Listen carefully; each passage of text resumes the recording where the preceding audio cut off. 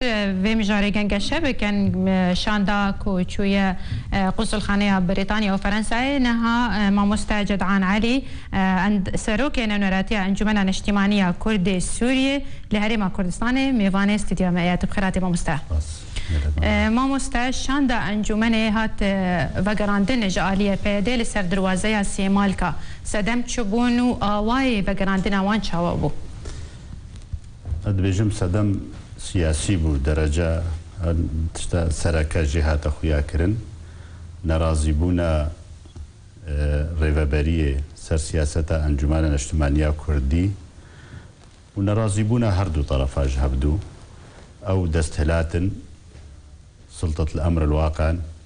تشتي بدستي وافتي شي كسي نرازي سر سياستا و بيكتينن روشا سياسي خوازن گلکی لی تنگ بکن نهیلن کست چالاکیا بکی جوابیوا نهیلن کست پیوندیا بکی جوابیوا نهیلن کست نرینا ببینه و پیشوازیا بکی آنجی تشتکی وری بیراوا جدروی خوندنو دیتنا ریوبریه و پیاده دوی کس نکیان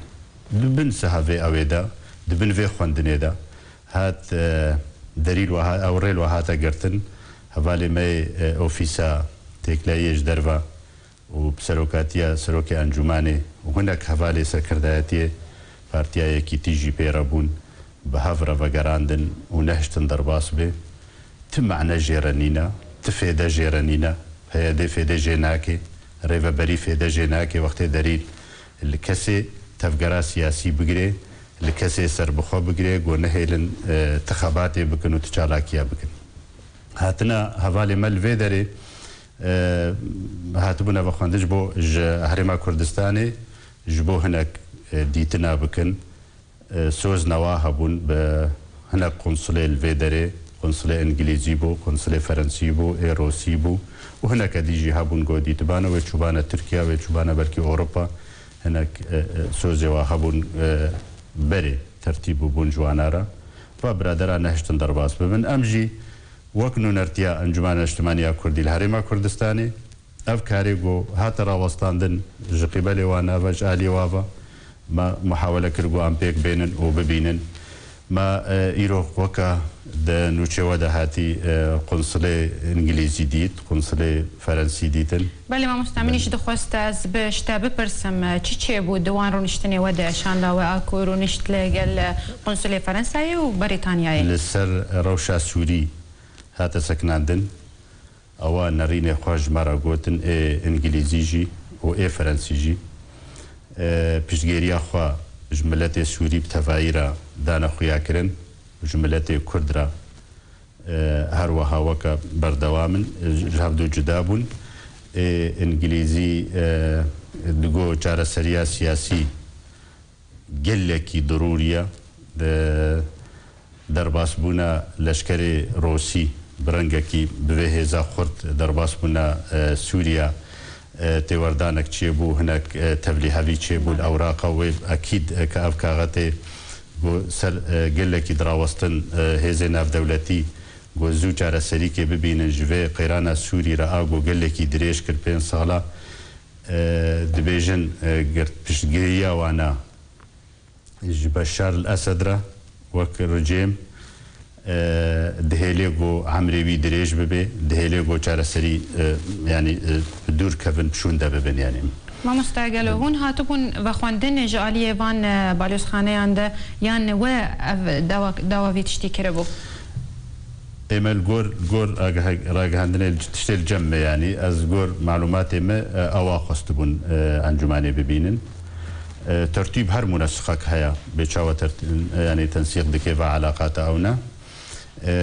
لغور مجوا فهم كري اوات خست روشا كردا ببيزن بيچاويا اما مجوا خست دور كردي بحاجه اريكارينا اغاثه گرك درباس به هندروي سوريا مجوا خست پشتگیری ملت ما بکن د چاره سریا سوری د پیشروجا سوری د ما في كردا پاراستی به بچاف ديريا فان دولتي زلهيز الدنيا دا خدي حق الفيتو ايجو روشا الدنيا تبعي تقريبا دستيواديا مجوا خست مجبير نكن وكا جوجلك جارا ام هات نجبير كرن وك ملتك بتناخو ما يدرجلات نافراس دا بي ماف بي هابونك بي اعترافك بي اوك ما جوا قالك تشتي فيرانجي هني ما جوا خستن اواجي جبا خواست دوی ام آگادار بن بتبایی بیچید بید نابوده لروشا کردی بتایبتی و روشا سوری جی بتبایی بکازان بن شروع چید بید ای فرنسی پیشگیری که گلکی خورت و بلوق و گلکی رونی پیشگیری خدا خویا کرنج مافی کردارا لحمه پارچه کردستانی و باعتبار ام ای سوری بون يعني ولو برنجك عين وكا ملاتي سوري تقول ايجو قال لك برين بونا اي شهناش قيرانا سوري دستي نظامي موقف واج النظام السوري وكا اي كسي اوبوزيسيونا اي دل سوز ودل خواز وتخوازنجو جالسريك زو ببشار الاسد بشروجا سوريا ولو جمرت قوتو ديتنا خدا فيها لسر رونيا قوتنا تا يعني برسك خفرز دكسر مروف سر کسی کو وینه دبینه بچاوی خو نو که دوی قناغا هانه ده کی نونر کردای لنک خلک دربه اوروبی امریکی نو که کرد دو بشن انجمن هيا وتفدم هيا چوا اوانا جهف بتقاتين في كيشي تفقرا تفدمي تخو ياكرن وك هيزك عسكري لسر عرده وك ام تيدك هنو دبينن خلكي بيوستي اوابي هيا نهاد الشر داعش ده دسنجر الشر ده ايجو حاضر وتفرنق المليوينا او جوارا لازمه ده روشا سياسي ده وخندنا سياسي ده لما جهداري دكن مدبينن ام بشكي جملات كرد سوري تمثيل دكن انجي نونرتياوي دكن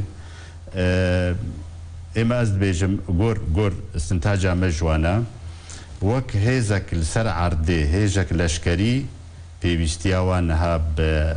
بتفدمي هيا بيبكي هيا از نابجم پشتی گو خلاص بو داعش و بکو جن آن و بدنا آلیک و او بکن نولو یا سالف لی حال حاضر تعامل دکن بهزن گو دوجه دروی داعش دت سکنن و تسنگر شرده آریوا دکن و کارن اعتماد سر عردیل و بکن یپکی هزکا جه اعتمادیت شرده مجوا خوستیا گرک پیشمرگجی وک هزک لشکری هاتنا پردورده کرن زاروی کرد سوریانا گرک دورا خو بلیزن گرک بارک خرابن جه خو ببینن سر عرض کردستان سوریا بروانی بکند بر عرض و ملت خو خاک خودن ما مستقلو هلويستا وان قنصلان تشبو برانبر في كريارا بياديك ونرنوا فقراند جه داخبو وابدا ندي تنشتكي باش ما في مروفيدا درفتا ما في مروفيدا وكا حالة ديمقراطي وكا جو بيد ديخو ياكرن انه ام ريفابريكا ديمقراطينا ام الامة الديمقراطية تخازن وك ثقافة وكا ارمانج ام السرد مشن تيخو ياكرن جو تشتك ديمقراطية الجوانينا بيخو تيشينن هناك جوا منظماتا جوا دولتا تم دخوازن جو ام دستك بن ام بهافرا بن ام آريكار بن وكرد روشا كردي وخرابي درفتش دستي خوون دانكن دوی هون کار بن برنگ اتفاق بکن ام جی دبیجن گرکا ام بهافرا بن گرکا ملی هف بی گرکا دستی هف دبی نه وقتی گو وارنگی گو دکن اف بکریار و اف بریاری گو پیاده و ریوبریا دمکیا آنجی تفدما آن یپکیا ایگو و بریارا دستینی لشکریا نجار آتاوات و ضرائب سر خلکی ریبازا خواندنی دست دین سر املاک خلکی ایگو نحاضر ایگو چونش سببکی دیتر که خود چونش بر زاروک خوفت شغلن او دکن چنابی اب دست خود دین سر املاک خلکی اب کریاری گو دکن بریاری گو واستاندنا کسکی اوروبا دا دولت اوروبی منظمات مجتمع مدني كسكي جوار بيجي عفر منينا همه جهه مؤاخذه الجمانه جهه ملاحظاتها هەگەر وا تشتان نەکن هەگەر کاربن تشتێکی باش بکن هەگەر کاربن وا بریارێک بۆ ملەتژێ عاجز ملەتش بەروا باز دەدێ ملەت خۆش بەردێ ئالیکی ئەتر ڕێڤەبەریە دکێ ji بۆ خزمەتا ملەتێ خۆ بکێ باشە ملەتێ تەژێ عاجزەش وا بریارە کاتش کێرە دکێ یانی منظمات مجتمع مدني اف قنصلي جو اموات بينن اف سفارتي جو اموات بينن حمد فيرنجي دبيجن اف خدمتا ملتي وناكي دفيهن رينا ببينن بيتشاوا فاكي شيد نافودا جارسريه بكن وامجي اري كارن ورا جو ام كاربن بهيلن هن بسلامتي بهبدولا درباس بن تجربه كردستان عراقي دوباره نكن دو كردستان سوريا دا انها درفت هيا جو ملت اوروبا بتوایی لسر کردا راضیه راضی بوونه که باش هیا امش دست خوون دانکن و پشتگیریه و اریکاریا گو مرد کن دوی ام استثمار بکن د خدمت ملت خود و مافی ملت خود بجی بکن هبونا ملت خود پیشرو سوریا پیشروجه دا